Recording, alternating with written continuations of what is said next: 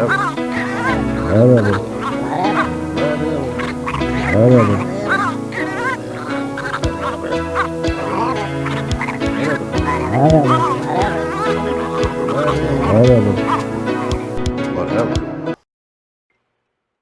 Hi, welcome to Whatever. I'm Alex Drake. I'm Dragon Pat. And today we're going to talk to you about, the end of two separate movies. We're going to be looking at The Hobbit and The Lord of the Rings. And we're looking at the end of both of these shows, these movies. Not the single episode, but the final climactic endings of both of them. Mm-hmm. On the one side with The Hobbit, you have the Battle of the Five Armies. And on the other side, you have the Return of the King. Both entailed huge amounts of forces fighting it out. Yeah. And some of the most dramatic scenes involved. In both sides, you have the bad guys, Sauron's people, represented by orcs and goblins and trolls and lions and tigers and bears, oh my. And they usually have one or two prominent leaders. I don't remember what... Okay, my mind is blank on the names for these people. Osric was in The Hobbit. Osric the Defiler, also known as the Pale Orc. Yep, whiteface. And then you got the clubfoot dude in Yeah. The Return of the King. Now, you had huge armies. In the Battle of the Five Armies, I'll give you a breakdown of the five armies that were present during this battle. The first and foremost, you had the humans. In the Hobbit one, they weren't very numerous. Their army was pretty much left to a small little town. And the whole purpose of that army was basically to defend the town. Mm-hmm. Because they really didn't go out and attack much. Next, you have the elves. And the elves are probably one of the coolest looking armies there are. Yeah. Their synchronization was just amazing. Next, of course, you have the dwarves. Who tells them, why don't you just sod off? Yes, because the dwarves in The Hobbit all speak with and talk as if they were from Great Britain. It's all right. Then you had two separate armies of the goblins and orcs and the lions and the tigers and the bears. Oh my!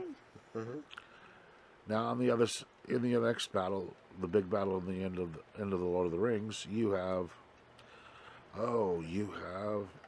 the humans. But the humans are more than just one army here. Yeah. You actually have three separate forces of humans. Yeah. You have the king's forces from the city, which are trying to defend themselves. The Riders of Rohan. The Riders of Rohan come in. And then you have an army of a dwarf, a human, and an elf, followed by leading an army of undead. Yep. Ghosts. Against them, you have two sets of orcs. The orcs with the lions and tigers and bears, oh my. Now, the first group was already on, basically shows up first, and they're just originally going to fight the king's army. Your second group come in whenever they bring in the elephants. Yep. So, okay, you have two massive numbers of armies. Two different battles, each with large sets of armies that are going to take the field. In The Hobbit, the beginning battle is not between the good and the bad. Nope. The beginning battle is between the dwarves and everybody else. Because why not? And the dwarves, I mean, you gotta hand it to the dwarves. They know the elves are going to be shooting arrows at them. So they created totally worries. And if you could say that to where it sounded like any words at all, that'd be fantastic. You get too excited. The twirly whirlies, as he calls them, are basically giant arrows that spin these spinners. And they shoot out and they just jump up all the arrows. Yep. And when you first see it, you're like... And when he hits the gun, he makes a big impact. You know, right there, you took away the number one attack of the elves. Because as we watch through this series, both The Hobbit and later with The Lord of the Rings, one thing that we can come up with and assuredly say is when it comes to arrows, elves are good. Yeah. And the number one elf... Legolas. I mean, Legolas defies gravity. Yeah. And Erain, the female elf that fell in love with the dwarf. Yeah, I forget her name. There's a scene where they are moving up the mountainside to spy on the source of the second army of lions and tigers are mine. And they're basically just defying gravity. And you see this again whenever they go up to Ravenhill. The photography is phenomenal. They literally make it look like Legolas just floats in the air. Now, Legolas already puts insult to injury with the way he moves. I mean, he shoots a bat, gets caught by a bat, forces a bat to catch him. Yeah. Uses the bat to hold him in the air so he can kill people. Legolas earned his place in history right there in the Hobbit. It's probably why they brought him back. Except that the Hobbit was filmed after the Lord. But the Battle of the Five Armies, you have, of the two, I like this one just a little better. Yeah, I'm sorry. I think the Battle for the King was missing something very important. It had no dwarves, it had no elves. Yeah. It makes me wonder, if those guys had shown up, would there have been any fight? I mean, we see when the elves showed up to help the Riders of Rohan. They made a huge impact. Yeah. They didn't win the war, but they made an impact. This was a battle that happened right before the final battle in The Lord of the Rings. But no elves showed up for the king. Now, I think, a couple battalions of elves in there would have been really cool. Yeah. And I really think getting the dwarves in there riding their war pigs would have been just awesome. And their war goats. And their war machines. Because apparently dwarves are really good with machinery. I wonder where I'd heard that before. But I like that battle. I like the fact that they used Sauron's great pieces against him. I mean, they took over the giants and rode giants. This was a great show. It's like, oh, you brought those to fight? We'll use them. Now, what is interesting is in both wars, it came down to very simple. Well, I won't say simple. Very specific battles. In The Hobbit, you had Oakenshield versus Whiteface. Yeah. In The Lord of the Rings, you had the blonde girl versus the Dragon Rider. Yeah. And each of these battles was, they weren't, in no way are they the same. Oakenshield's battle with Osrock the Defiler, that's a battle. That was just vicious. This dude's chucking around this block of stone I could. probably the size of. Uh, It was about the size of Oakenshield. it was huge. Mm-hmm. Now, one thing that I really, really want to go ahead and pause our description and bring great credit to Wackenhut and the rest of the work they did is their use of photography. Yes. You have the dwarves who actually look smaller Mm-hmm. and come across as what they are, dwarves. The hobbits, the way they did the hobbits, the Yep. dwarves, the elves all seem to be tall and thin. Mm-hmm. The photography and the special effects on this are unbelievable. They were so amazing. I mean, if the Academy Award was at all fair, they would have won awards and everything all the way across. Mm-hmm. Lord of the Rings, followed by The Hobbit, was just unreal. I mean, the scenes where a hobbit goes up and hugs on Gandalf. Yeah. And you look at this grown hobbit coming up basically to his hips. And it's like, this is amazing. Yeah. Now, the orcs are human size.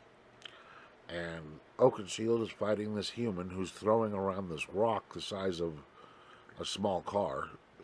I mean, definitely a small, what do they call those? Those little cheapy cars that people bought for a while. Nah, I can't remember. But either way, It's like I'll put it this way. Your grandmother's Swift, Suzuki Swift, probably not much bigger than that rock. No. And Which this is dude is just chucking this spiked rock at Oakenshield. And Oakenshield is dodging and smacking and fighting and bashing. And it was an immense battle. It was amazing. And even though it costs Oakenshield his life, he wins. Now, in the battle in the Lord of the Rings, doesn't cost her life. Does she kills the dragon. Now that's whack, whack, boom. I'm like, ouch. Yeah. Yeah, it's like... But the best part in that fight was when he tells her, "No man can kill me. I'm not a man." And she nails him. And his dying effect of being sucked into nothingness, I love that. Yeah. But overall, the two battles are fantastic. There are things I love out of each of them. I love in the Lord of the Rings the competition between Legolas and Gimli. I mean, the competition started up in Rohan, and in all honesty, if you're going to watch this, if you just want to watch the battle scenes, start from Rohan. Yeah. Because you need to see the count. As the two of these people, these two great warriors who fight entirely different styles, compete with each other to see who can kill more people. And in Rohan, it ended up a tie.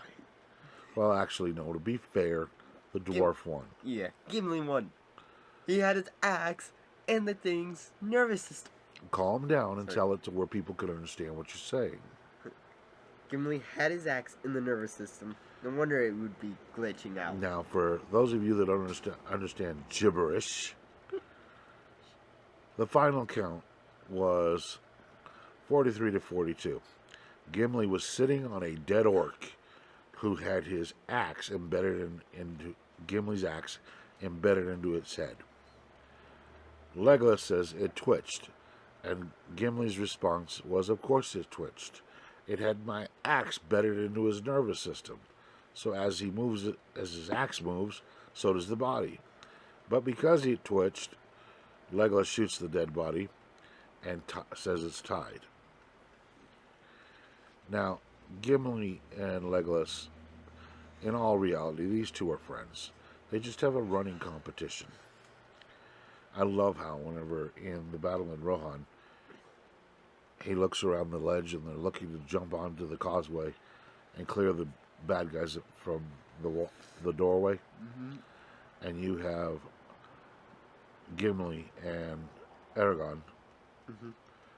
and Gimli looks over and goes, "It's too far. Throw me, but don't tell the elf."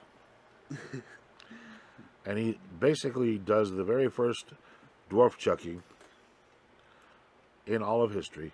He picks Gimli up and he chucks him at the bad guys, and they just start leveling. Now, this is probably where Gimli got the majority of his kills.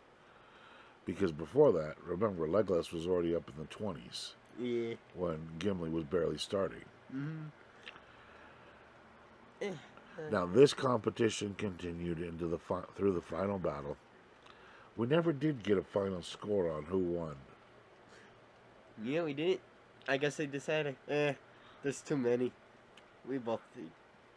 But Legolas was amazing to watch Yeah.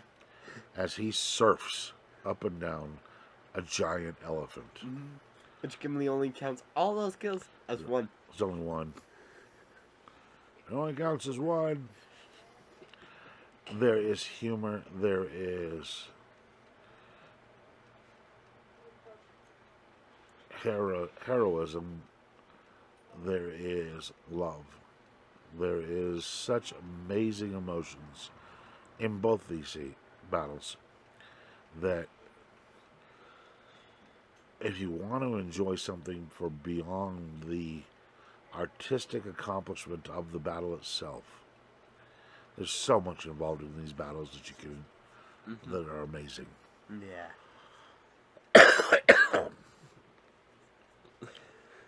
And bottom line, which one would you say is better? Battle of Five Armies. Why? Five armies, yeah, it may have had only 5 armies, but there was when the dwarves pretty much taught the elves, we're gonna die good.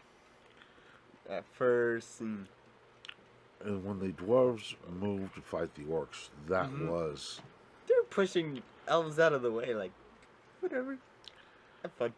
And they show elves how to make a wall. Yeah. And you wonder, you really do start wondering, like Bilbo did, are the elves going to just sit this out? And they come jumping over the tops of those dwarves and land into the middle of the orcs. Yeah, it's like, hey, we built this perfect wall, we wanted them to hit it. I mean, the battle of the Five Armies was, again, I think that what was missing from the Lord of the Rings battle was the dwarves and the elves. Those units and the way they fought were so different and yet so amazing. The dwarves looked like machinery. And as they set their shields and set up their wall, they sounded like, it was a machine doing it. And yet the elves are just as synchronized, but they're a lot more fluid. The cinematography was astounding. I mean, this is beyond great. This is mind-boggling. Yep. Elves are good at building ramps. With their shields. Oh. Which was one of the elves' problems during that fight. He built a ramp, not a wall. He's going to get you lost in minuscule. I don't even know what he's talking about. Because they did try to build a wall that the dwarves basically just drove through. They had battle rams. I mean, if you think about it, a battering ram is something that you use to battle down walls. And they have battle rams to bash through walls.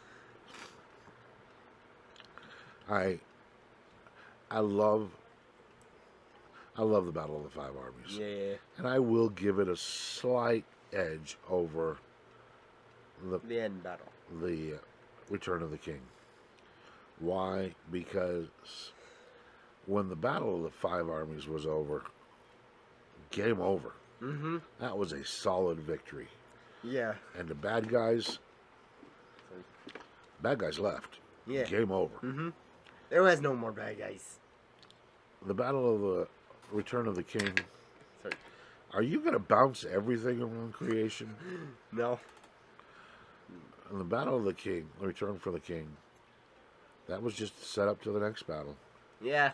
And that last battle with all of them that went to Mm-hmm.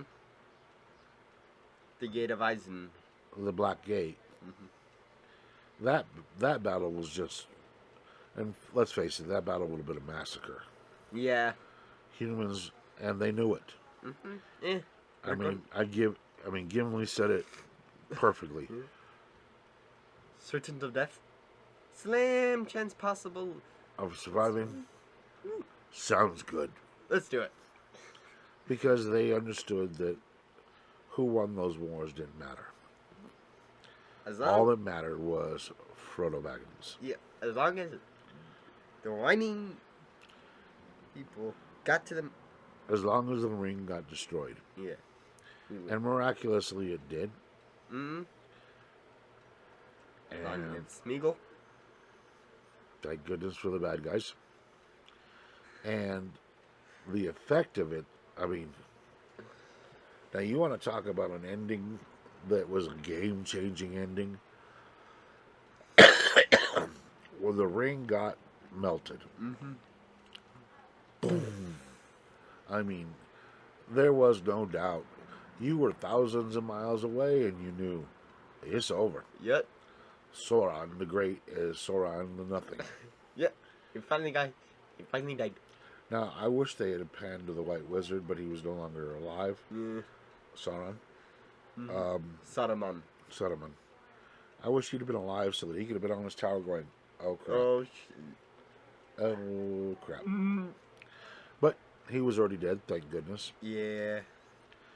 Overall, again, when you're looking at the story of The Hobbit and The Lord of the Rings, you're really looking at one story. Yep. The story of the ring. Mm-hmm. And how it is found in one set and it moves through the world until it finally is destroyed. Mm-hmm.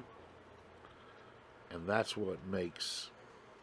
I mean, J.R.R. Tolkien will always be considered one of the greatest fantasy authors in the world because of this series.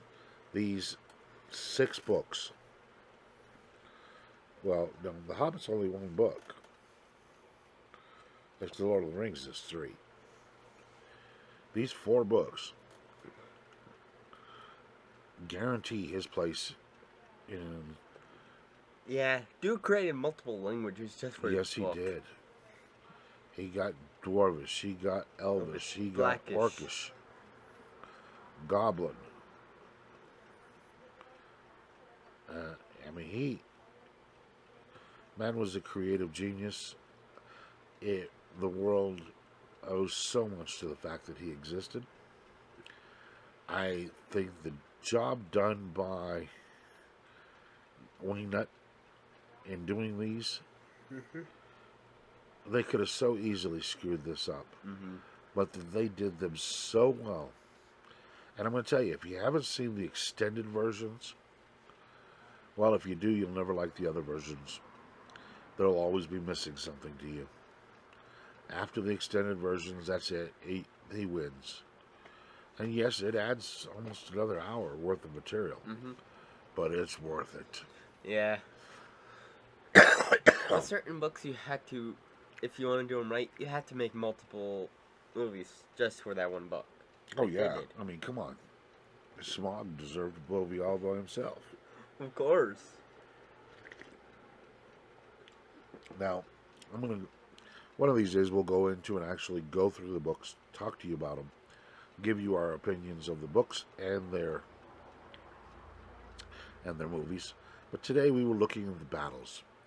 And those 2 battles, they were amazing. like I said, I'll give a slight edge to the Battle of the Five Armies Mm-hmm. because it did give us the addition of the dwarves and the elves. Yeah.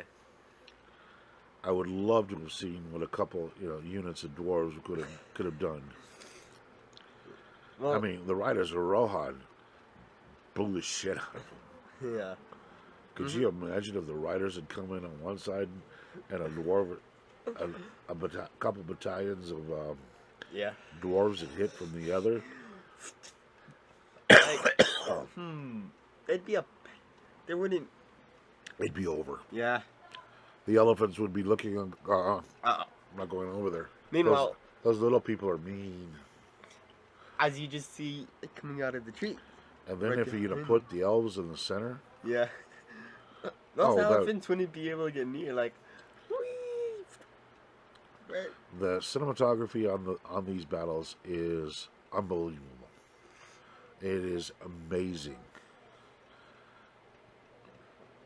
And all in all, I keep thinking, I could just see us sitting back going, we're not worthy. This was immense. If you haven't seen them, were you in prison? I mean, I hate to say it, but you weren't even hiding under a rock. You're brain dead. You're going to lose your nerd card for sure. That's a given. If you have not seen them, take your nerd card, rip it up. We don't want to claim you anymore. Your geek card, it's gone. You got no cred. Get your cred back. Go watch these shows. Yes. Number one, they are amazing shows. But just to see the battles at the end is worth it. Okay, folks, that's been the Whatever Show today, talking about the different battles at the end of both The Hobbit and The Lord of the Rings. Go see them, enjoy them. Tell us what you think. What's your favorite part? And let us know. Other than that, you guys have a great time. We'll see you next time on The Whatever Show.